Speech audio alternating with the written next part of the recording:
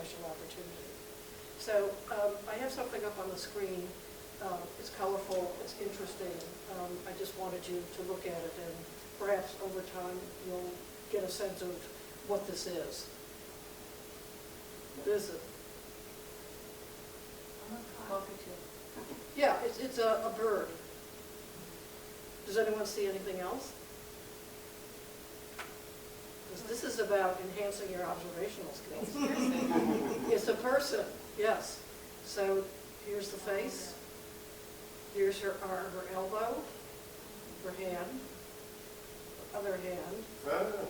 And then we come down, and here's her knee and her foot. Okay? Now, did everybody get one of these? Okay. So to start us off, which has kind of been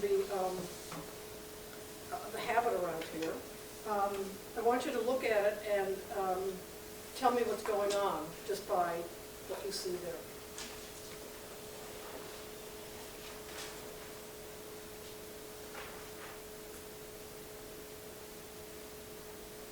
And just shout out your answers. Animal tracks. Animal tracks. How many animals? We don't do the photocopy is. Yeah, right, yes. Sorry about that. Yes. Does everyone agree 2 animals? No, I'd say 3 or 4. 3 or 4? Yeah. Okay, so we've got 2, 3, or 4. And what's happening? Hunting. Something. Is that what you're looking? Hunting. Hunting. Okay, can you explain yourself? I don't know. 2 animals not of the same type. Because? The footprints don't look the same. Okay. And only one leave. And only- one leave. Okay, 2 start and 1 leave. How many oriented your picture this way? Just curious. Did anyone do it this way? We spun ours around. Well, it figures because you're working with Christina. Okay. So this is just a little warm-up, exercise. I spend a really long time with students on this because I get all different kinds of interpretations about what is going on. Some talk about prehistoric times. Other talk about that this is being taken from up above and looking down, and then it just goes on and on. But, to spend 45 minutes talking about this, you could squeeze that, out of this. You're pretty damn good. So,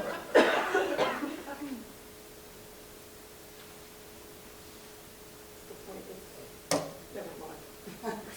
Okay, so this is probably one of the worst titles I have ever given, but it's about museums, it's about cross-disciplinary collaborations, it's about visual literacy, and it's also about the art of scientific inquiry.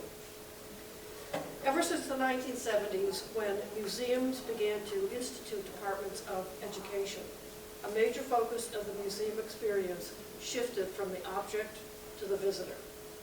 Now there is growing evidence that structured and purposeful use of the visual arts have profound influence on the performance of important healthcare skills, including observation, problem solving, empathy, and inherent bias.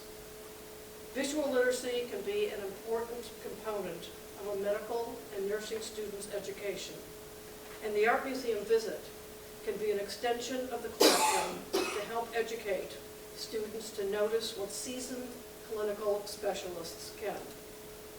The Yale Center for British Art and the Yale Schools of Medicine and Nursing give practical expression to the long proposed idea of integrating art and science in education by using fine art as a medium and as a formal training tool for teaching aspects of clinical medicine. Location affects thought.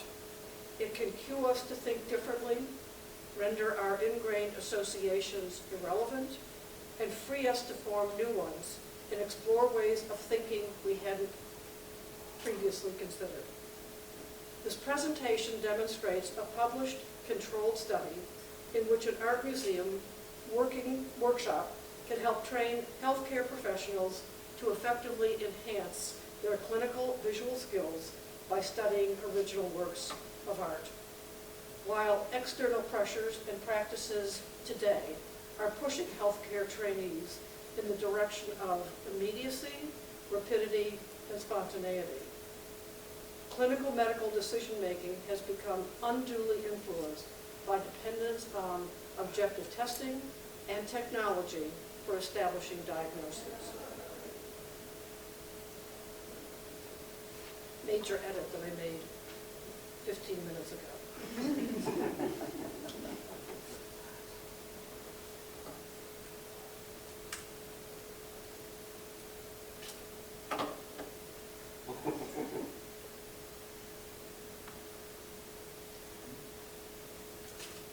So, one of the things that's happened is that the way in which we study what goes on in the museum world today is not the way it has been in the past. It has expanded much more beyond the realm of art history. So you're looking at Maggie Jackson's book on Distracted, The Erosion of Attention and the Coming Dark Age, which has to do with the notion of the feeling that things have to be sped up in the world that we live in. And one of the things that we're trying to do with this medical school program is to slow down the learning process. Maria Konnikova is a well-known psychologist. She loves Sherlock Holmes and feels that there's a lot from him that we can learn about. And this is really a great book. It's a great read. This one, The Social Work of Museums by Lois Silverman, on the end. It's not quite what the title says, but as I was just talking to Christina, the role that museums play today has totally expanded within the last 10 to 15 years even. So when you think about what museums are doing, the kinds of programming that we do, it's not what it used to be at all. This is the exterior view of the Yale Center for British Art, and this is the entrance to the Yale Medical School. They are only 4 blocks apart on campus, and for those of you interested in doing some kind of a collaboration like this, this is not to be underestimated in the importance of the success of a program like this. If it takes a half an hour to get from the medical school to the museum, that's too much time, because it's a half an hour there, it's a half an hour back. So we were very lucky that this kind of worked out very well because of the closeness and the time. This is just an interior scene of the British Art Center and what its galleries look like. And this is a group of medical students. They don't usually wear their white coats. Yes, but actually they were being filmed by Telemundo, which is the Mexican TV station that got wind of this program, and they wanted them to put on their medical jackets, their white jackets, so that people who were going to see this in Mexico would know that they were the medical students. Yale has approximately 110 students every year in each of the 4 classes. The first-year students, which are the students that we went after because that's the beginning of their introduction to learning about medicine, and we wanted to get them on the ground floor, come to the museum in groups of 20, and they come for 4 hours. That group of 20 is divided up into smaller groups of 4, and my staff and a couple of people, Erwin Braverman, collaborator on this project, take different groups around. Each of the 4 students is assigned their own independent object, and then we give them 15 minutes where they cannot talk to anybody else, if there is anybody else around them, to study the painting.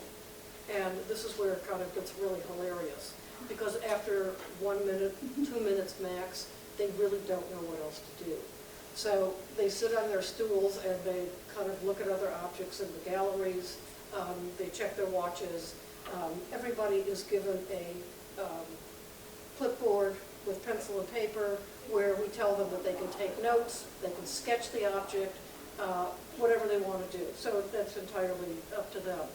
But when we finally get back together, they are so relieved of us, because it's excruciating. And think about it, if you had to do that sometimes in front of something that you don't know what you're supposed to be looking at or for. So as academic art museums experiment more freely with their role as a resource for teaching in fields as disparate as history, science, English, engineering, and mathematics, visual literacy has come to be seen as an essential and transferable skill that promotes cross-disciplinary exchange in new ways. Visual literacy is the skill and subsequent process of deriving meaning from a visual object to increase observational skills, the ability to probe, and to find a variety of meanings by being open to the unfamiliar. Public and academic museums can act as classrooms for the development of visual literacy and observational skills by promoting the ability to look, describe, interpret, and make meaning from information presented in the form of images.